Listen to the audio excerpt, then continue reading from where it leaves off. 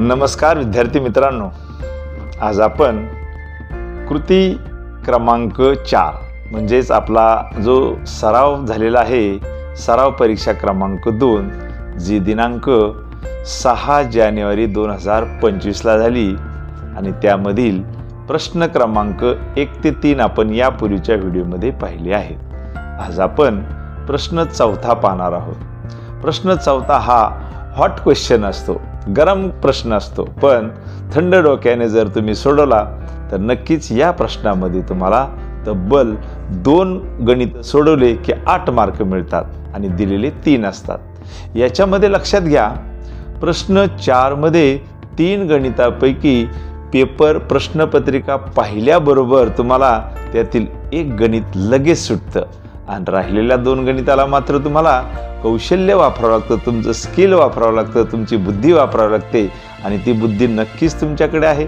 चला तर मग पाहूयात कृती क्रमांक 4। खालील कृती सोडवा कोणत्याही 2 आणि एकूण गुण आहेत 8।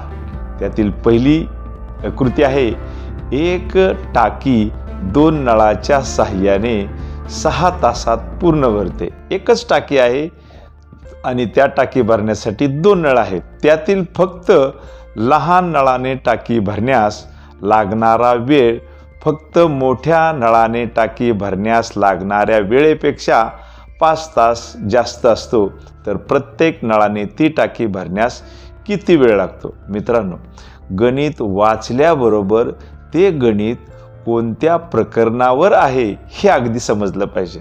बघा, इथं एकच टाकी आहे आणि नळ मात्र 2 आहेत, एक लहान आहे एक मोठा आहे।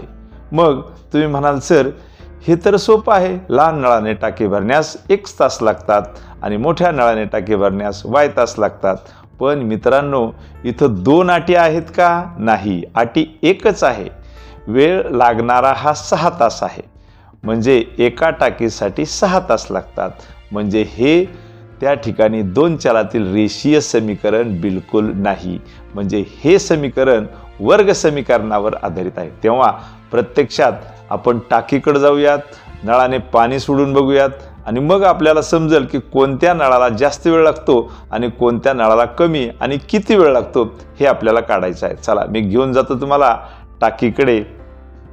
या ठिकाणी महाराष्ट्र राज्य माध्यमिक व उच्च माध्यमिक परीक्षा मंडळ पुणे अभ्यासक्रमांतर्गत आपण पाहत आहोत सराव क्रमांक 2 आणि यातील प्रश्न 4। तुमच्या समोर ही पाण्याची टाकी आहे। या ठिकाणी हा डाव्या बाजूचा मोठा नळ आहे आणि उजव्या बाजूचा लहान नळ आहे। ह्या दोन्ही नळांनी टाकी भरण्यास, ही एकच टाकी आहे, ही टाकी भरण्यास 6 तास लागतात। पण त्यातील मोठ्या नळापेक्षा लहान नळाच्या टाकीने पाणी भरण्यास मोठ्या नळापेक्षा 5 तास जास्त लागतात। मग पहिलं वाक्य काय येणार आहे? समजा फक्त ह्या मोठ्या नळाने टाकी भरण्यास जर x तास लागत असतील तर लहान नळाने मोठ्या नळापेक्षा 5 तास जास्त लागतात। म्हणजेच फक्त लहान नळाने टाकी भरण्यास लागणारा वेळ बरोबर x अधिक 5 तास। आता मोठ्या नळाने एका तासात 1/x, टाकी 1 आहे त्यापैकी लागणारा वेळ x एवढी टाकी भरेल। तर छोट्या नळाने किती तासात लागेल? लहान नळाने एका तासात 1/x अधिक 5 एवढी टाकी भरणार आहे।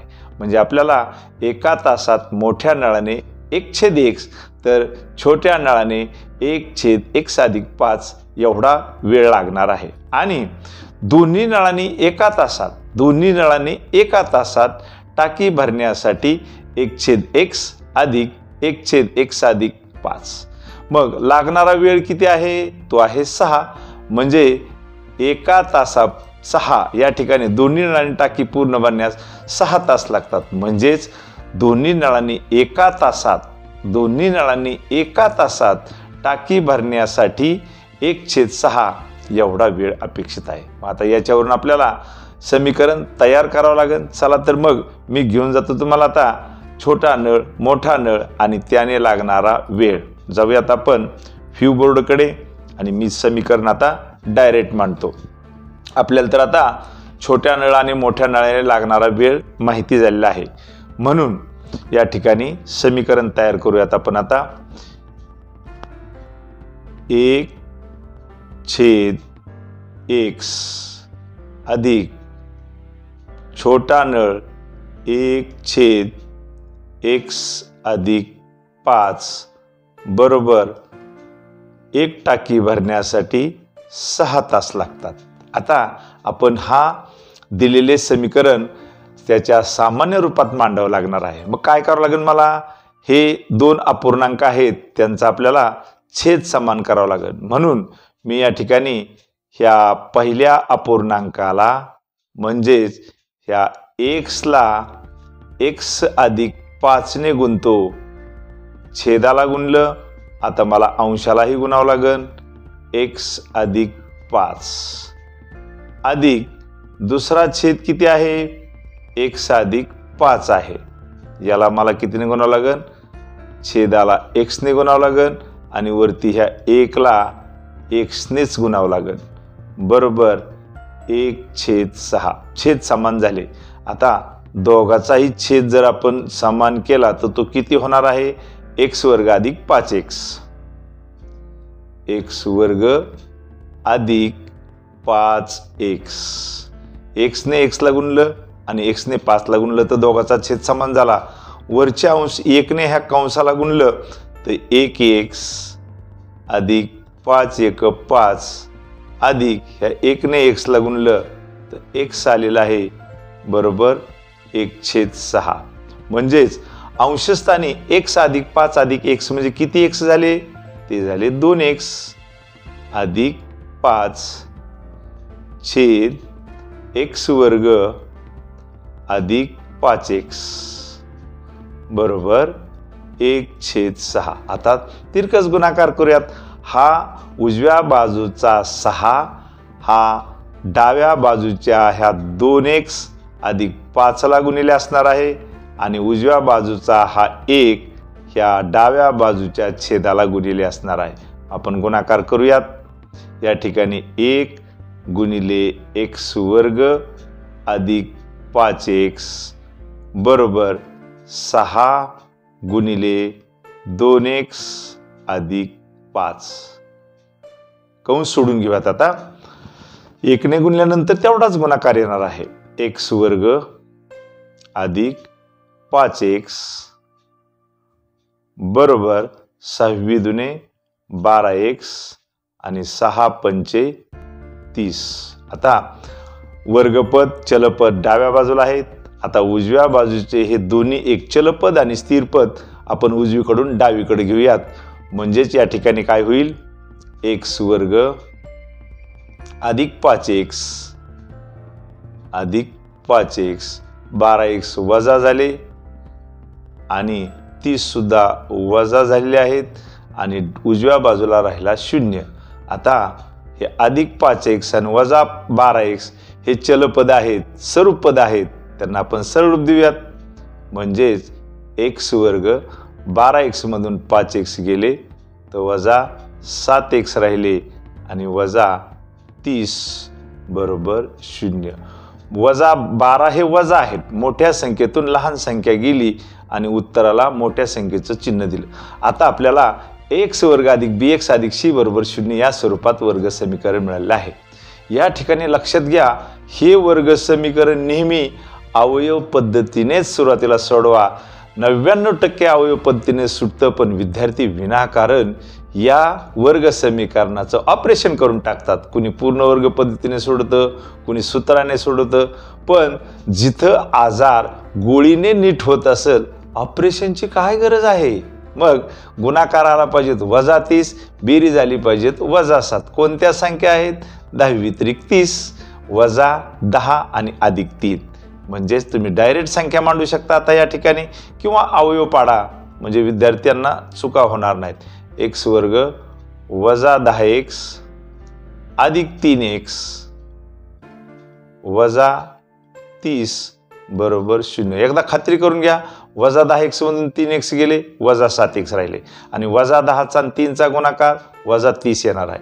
आता गट पाडला पहिला 2 पदांचा, या दुसऱ्या दोन पदांचा. पहिल्या गटातून कॉमन आला x कंसात x वजा 10. दुसऱ्या गटाला अधिक चिन्हाने सुरुवात आहे. कॉमन आला 3 कंसात 3x ला 3 ने भाग दिला x अधिक वजाचा भागाकार वजा 3 1 3 3 0 0 बरोबर 0. म्हणजेच कोणते दोन कंस मिळाले आपल्याला?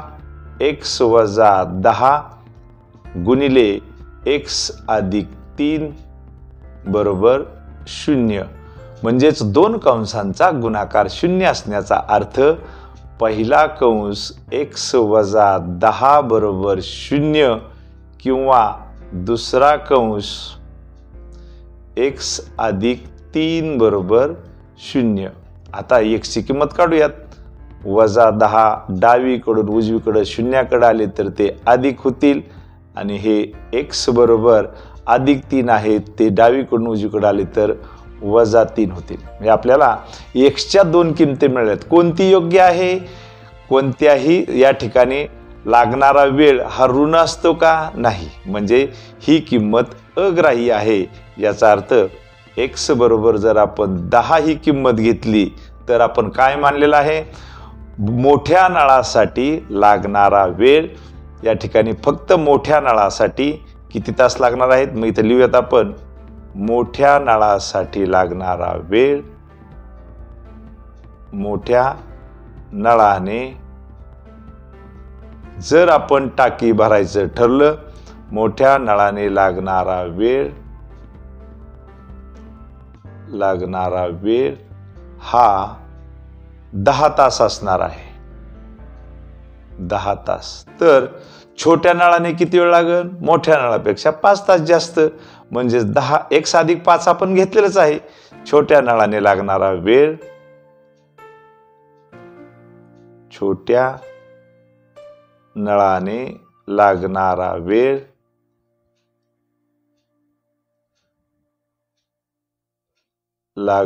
वेळ हा मोठ्यापेक्षा 5 तासाने जास्त लागतो. म्हणजे 10 अधिक 5 15 तास. संपलेलं आहे उत्तर. अशा पद्धतीने ह्या पाण्याची टाकी नळाचं गणित लक्षात ठेवा. जाऊयात पुढच्या गणिताकडे. गणित नंबर 2. काय गणित आहे? एका जनरल स्टोअर्स मधील विविध वस्तूंच्या किमती व त्या वस्तूंची मागणी यांची वर्गीकृत वारंवारता सारणी दिली आहे. त्यावरून किमतीचा मध्य काढायचा आहे. आणि मध्य काढताना आपल्याला काय काळजी घ्यावी लागते? नंबर 1 दिलेले वर्ग सलग असावेत. नंबर 2 त्या वर्गांची असणारी वारंवारता आणि त्या वारंवारतेवरून संचित वारंवारता पेक्षा कमी काढावी लागते. आणि सूत्र तर आपण पाठच केलंय. पाहूयात काय दिलं अगोदर निरीक्षण करूयात. 20 पेक्षा कमी किमती आहेत आणि वस्तूंची संख्या 140 आहे. 20 ते 40 रुपये असणाऱ्या वस्तूंच्या किमती आहेत आणि वस्तूंची संख्या 100 आहेत. जर यांचं निरीक्षण केलं तर वर्ग सलग आहेत. काहीच करायची गरज नाही. मग याच्यावरून आपण काय करूयात? आता सारणी तयार करूयात. मी घेऊन जातो तुम्हाला सारणीकडे. या ठिकाणी बघा, वर्ग किंमत रुपयामध्ये, वारंवारता वस्तूंची संख्या आणि संचित वारंवारता पेक्षा कमी.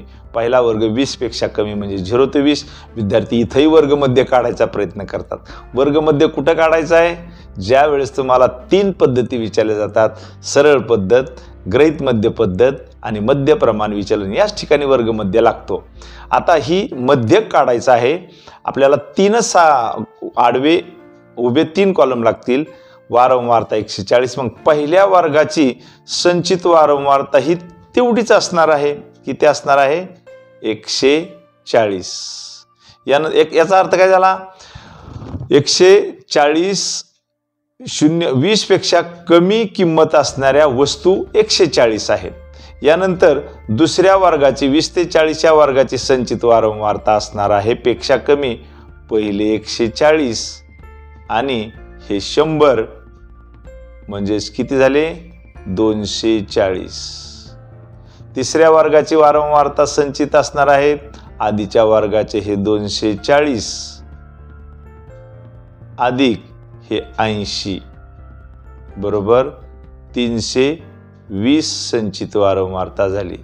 पुढचा 60 ते 80 या वर्गाची संचित वारंवारता किती असणार आहेत? अगोदरचे 320 आणि हे 60 बरोबर 380 झालेले आहे। आणि शेवटचा वर्ग 80 ते 100 या वर्गाची संचित वारंवारता असणार आहे आधीचे 380 अधिक असणारे हे 20 बरोबर 400। म्हणजेच वस्तूंची संख्या ह्या सगळ्यांची बेरीज n बरोबर किती आली? इकडे 400 आली म्हणले ही पण 400च असणार। अशा पद्धतीने ही सारणी पूर्ण करायची। आता काय करायचं? आता या ठिकाणी आपल्याला n/2 आपल्याला मध्यक वर्ग शोधण्यासाठी लक्षात ठेवा आलेल्या n च्या किमतीला 2 ने भाग द्या।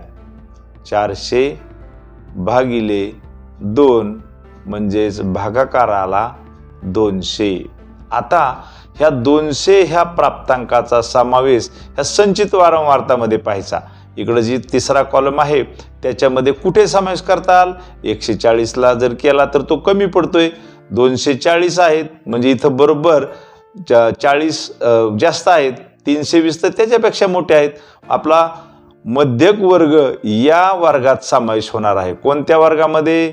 20 ते 40। मग खाली म्हणायचं म्हणून 20 ते 40 हा आपला मध्यक वर्ग आहे। 20 ते 40 हा मध्यक वर्ग आहे। लक्षात ठेवा ह्या मांडणीला मार्क असतात।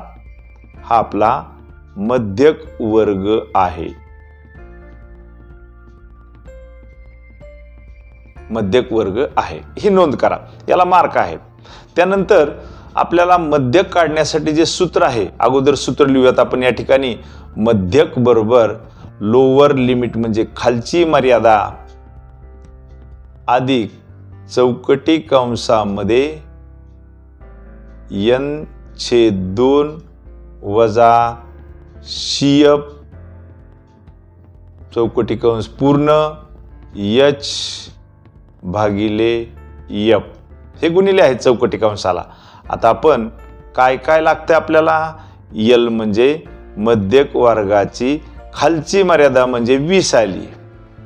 त्याच्यानंतर n तर आपण काढलेलाच आहे 400 आहे, n ची किंमत इथं 400 आहे।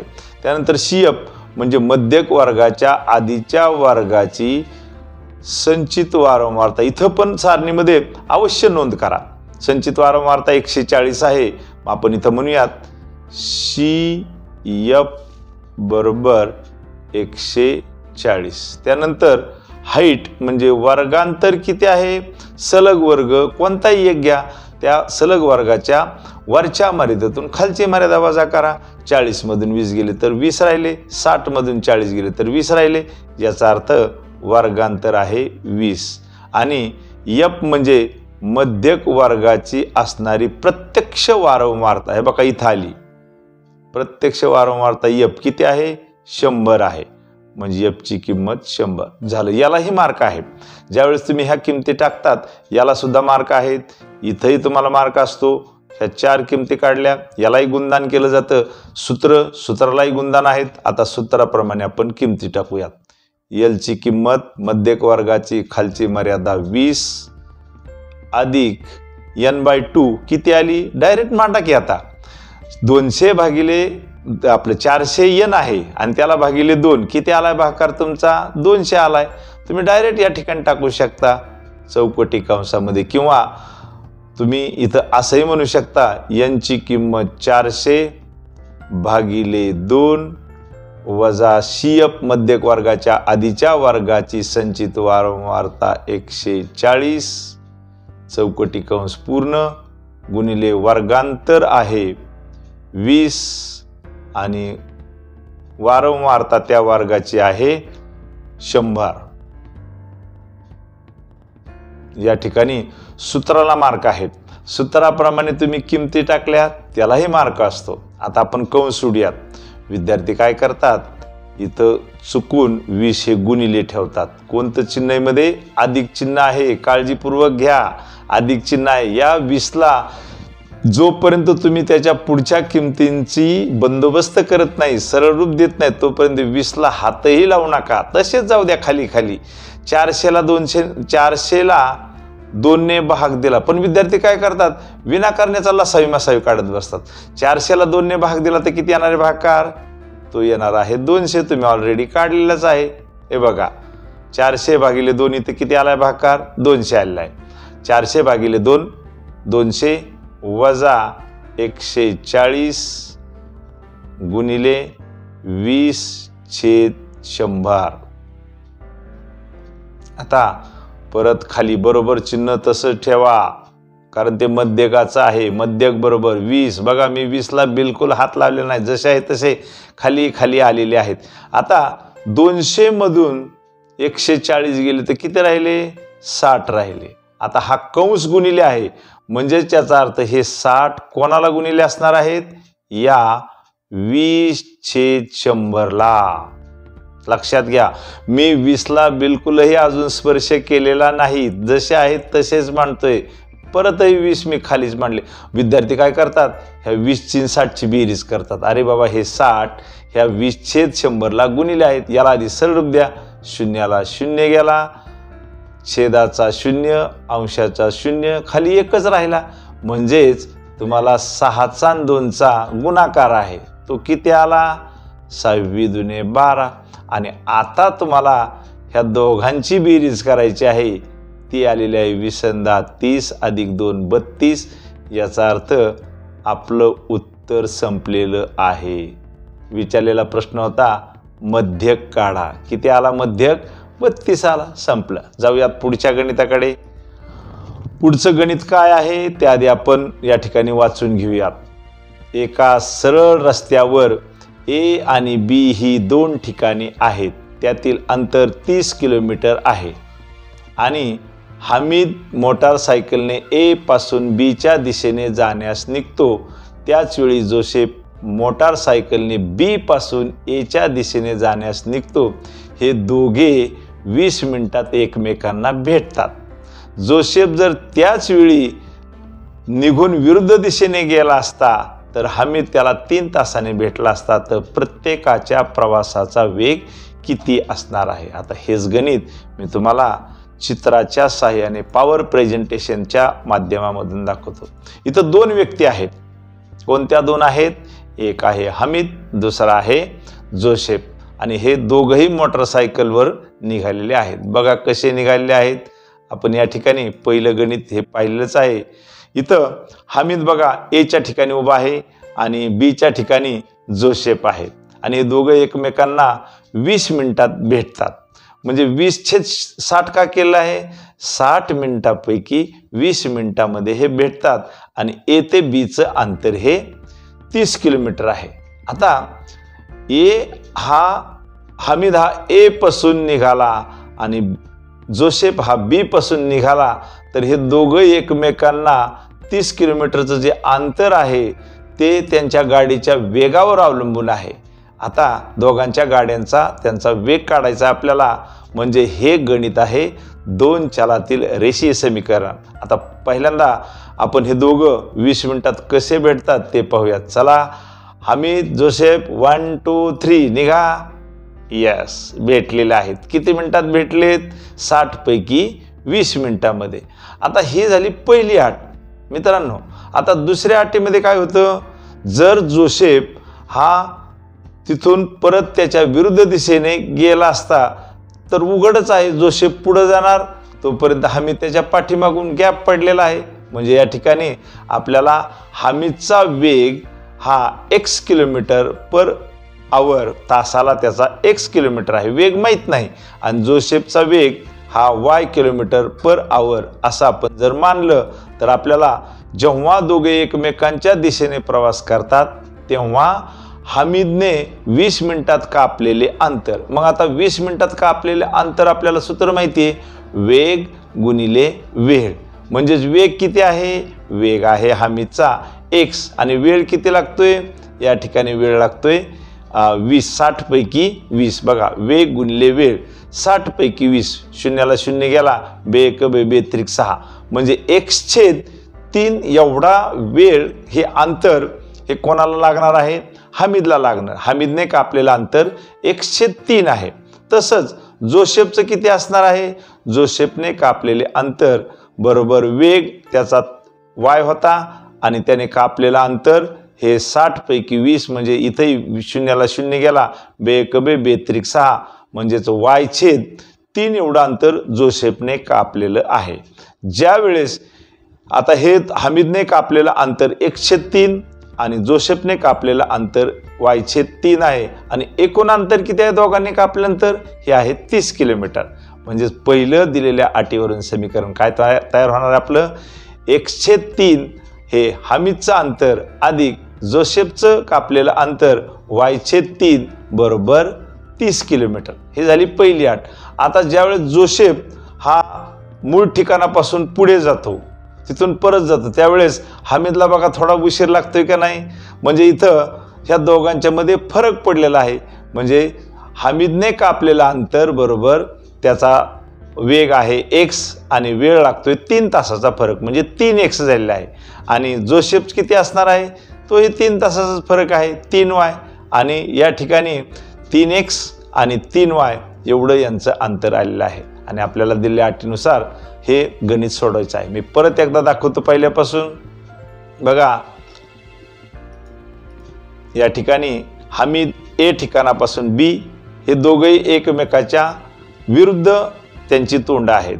आता हे दोघं ज्या वेळेस निघतात, A पासून हमीद निघतो, B पासून जोसेफ निघतो, त्यावेळेस ते दोघे एकमेकांना 20 मिनिटात भेटतात. आता ज्या वेळेस या ठिकाणी हे विरुद्ध जोसेफ जर त्याच दिशेतून पुढे गेला असता तर 3 तासांनी गॅप पडला असता. कोणाला पडला असता? हमीदला. अशा पद्धतीने आपल्याला हे गणित समजून घेणं गरजेचं आहे. सोडून पाहूयात. जेव्हा समजा हमीदचा वेग हा x किलोमीटर पर आवर आहे, जोसेफचा वेग y किलोमीटर पर आवर मानू. जेव्हा दोघे एकमेकांच्या दिशेने प्रवास करतात तेव्हा हमीदने 20 मिनिटात कापलेले अंतर बरोबर या ठिकाणी 103 आहे आणि जोसेफने कापलेले अंतर y/3 आहे. आता आपण ह्या दोघांची ज्यावेळेस एकत्र कापलेलं अंतर मांडू दिलेल्या पहिल्या अटीनुसार म्हणूयात आपण. आता दिलेल्या पहिल्या अटीवरून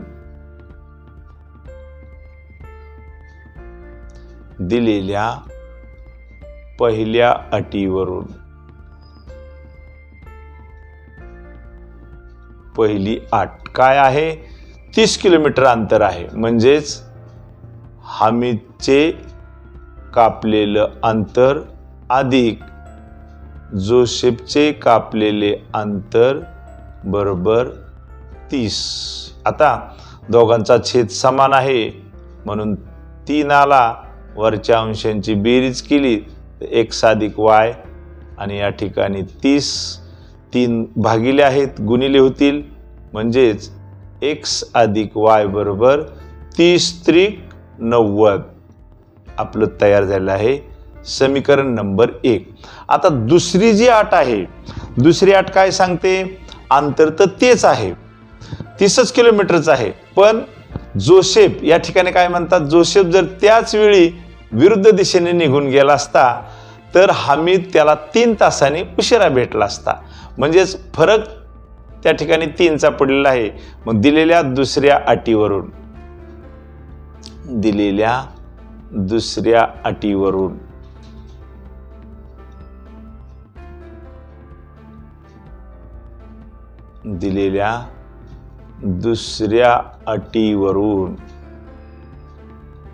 हमीदचा वेग आहे x किलोमीटर आणि वेळ आहे 3 म्हणजेच किती झालं? 3x आणि फरक पडलेला आहे वजा या ठिकाणी मांडावं लागेल जोसेफ 3y बरोबर अंतर झाले 30 किलोमीटर. झालं समीकरण. आता आपण 3 जर कॉमन काढला तर काय कंसात राहील?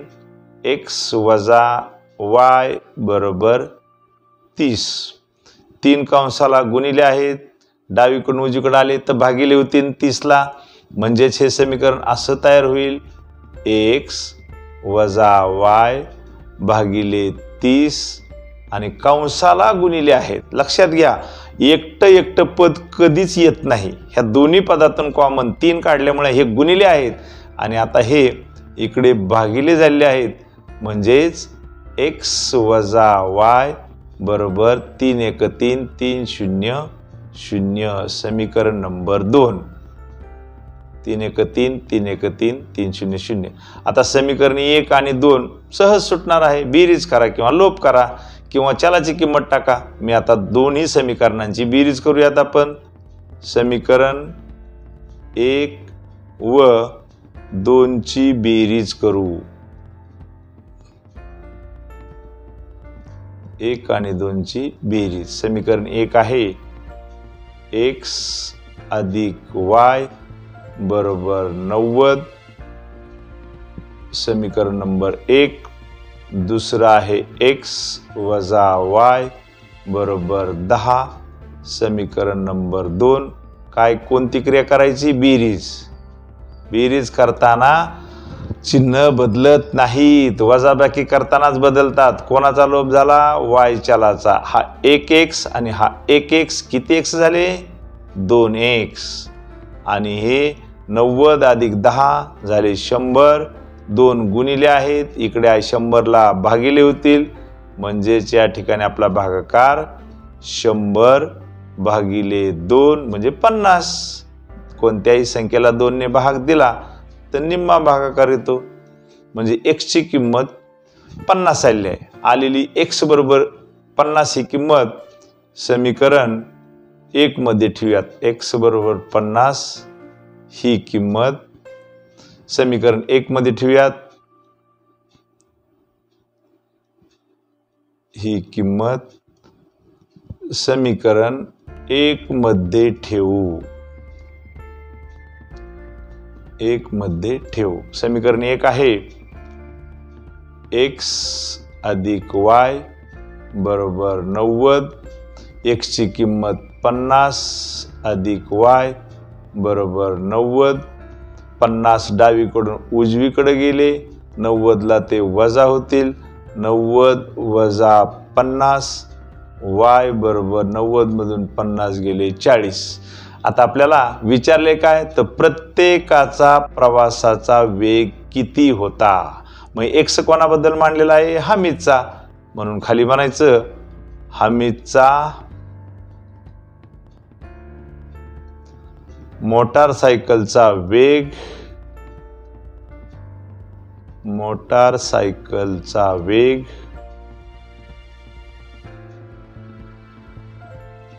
मोटारसायकलचा वेग बरोबर तासी 50 किलोमीटर पर आवर. आणि जोसेफचा y हा जोसेफचा मानलेला आहे. म्हणून जोसेफचा वेग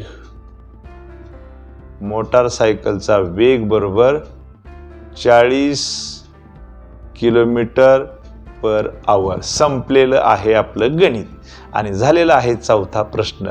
आता पुन्हा एकदा शेवटला आपण ह्या मोटारसायकलचं गणित समजून घेऊया. नळाचंही गणित तुम्हाला परत पहिल्यापासून हायलाइट्स दाखवतो.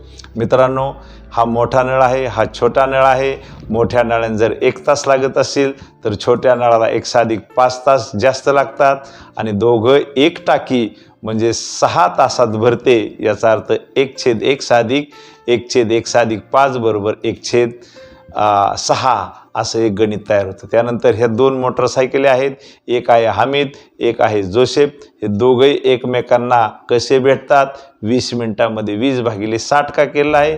कारण 1 तास 60 मिनिटाचा होतो. 60 पैकी हे 20 मिनिटांमध्ये भेटतात. म्हणून यांचा वेग आपण मानला. आणि आता हे विरुद्ध दिशेने जर गेले तर यांच्यामध्ये 3 तासाचा फरक पडतो. हमीद त्याला 3 तासाने भेटतो. संपलं गणित.